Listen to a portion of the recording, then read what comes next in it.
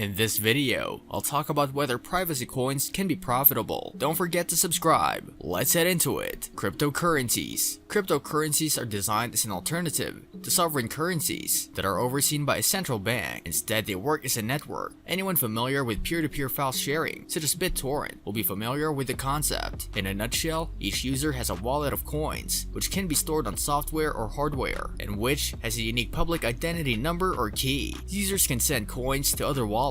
The record of transactions is maintained and verified by the network as a whole, the so-called blockchain. The public identity numbers of wallets are not linked to private identity, though investigation of transactions can reveal clues, offering the crypto part of the currency. Cryptocurrency transactions on the Bitcoin blockchain are pseudo-anonymous in nature. The public ledger structure of some blockchain technologies means that transactions are not 100% private. How private are cryptocurrencies? During the early days of Bitcoin, an estimated 25% of wallet users utilize the digital currency for illicit activities, such as buying narcotics or illegal firearms, or as payment for human trafficking. It was impossible to catch a criminal syndicates behind the transactions back then. After all, cryptocurrency exchanges were once not legally required to verify consumers' identities, leading to widespread money laundering from crypto back to fiat currencies. All of that changed with the rise of cryptocurrency companies like Chainalysis. Every Bitcoin transaction since inception is available on the public ledger, so analytic companies can easily track the flow of funds from suspected wallet addresses used for illicit activities and flag them. Problems arise when criminals sell tainted Bitcoins on exchanges to new investors or send them to legitimate merchants. The new recipients could then face questions from law enforcement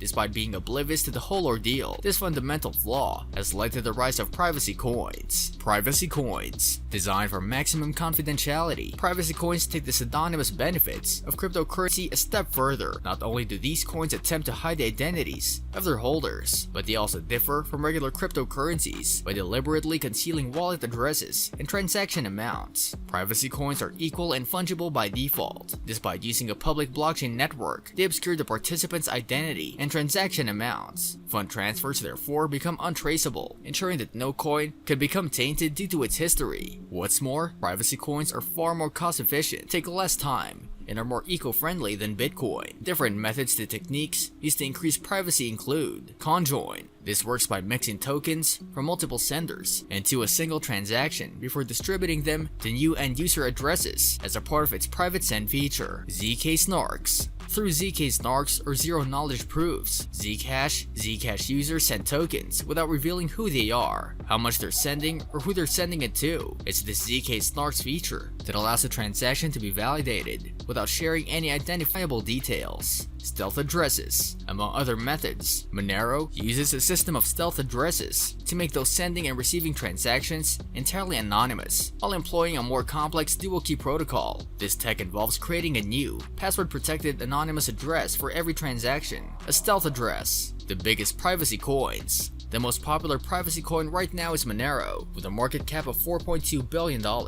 To accomplish its main goal, the Monero network employs ring signatures. That is, it broadcasts decoy wallet addresses with every transaction, confusing the outside observer. In addition, the network assigns a one-time, unique wallet address or key to the sender and buyer to make sure the transaction goes through. On top of that, Monero wallet users have stealth addresses on top of a public address, so it's impossible to look up the transaction amount with a former. In May, Monero developers launched the Atomic Swap feature. This allows Monero users to convert their holdings into Bitcoin without an intermediary, with no carryover of previous Monero transactions for the public to see on the Bitcoin network. The slight downside to Monero is that it's inflationary, with a long-term coin dilution rate of 1% to entice miners. The next most popular privacy coin is Dash, with a diluted market cap of $2.9 billion.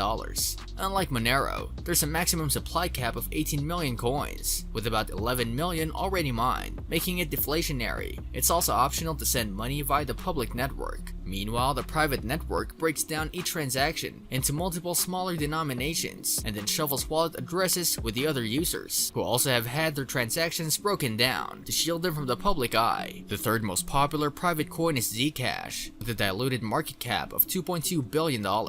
Similar to Dash, Zcash allows users to choose between sending private and public transactions. It does this by using a cryptography mechanism known as ZK snark, a type of zero-knowledge proof. In this setup, a user sends money to another just as they would with any cryptocurrency, but the network transactions data are obscured or hashed and are proved to the recipient to shield them from the public eye. The coin has a maximum supply of 21 million, with about 12 million in circulation. Our conclusion: even after the brutal sell-off from the ongoing bear market, Monero, Dash, and Zcash are all up over 100% from last January due to limited supply. Cryptocurrency prices tend to rise with growing network adoption, which I believe will be the case for privacy coins as Bitcoin faces increasingly fungibility concerns. Their ability to stay equal and fungible against a backdrop of increased regulatory and third-party scrutiny into crypto public ledgers on the whole is a major value proposition for investors. Hence, now is an excellent time to buy the dip on any of them. This brings us to the end of our video. I hope you enjoyed it. Hit like if you did, and don't forget to subscribe to our channel so that you don't miss any of our videos in the future. With that, I'll see you in the next video.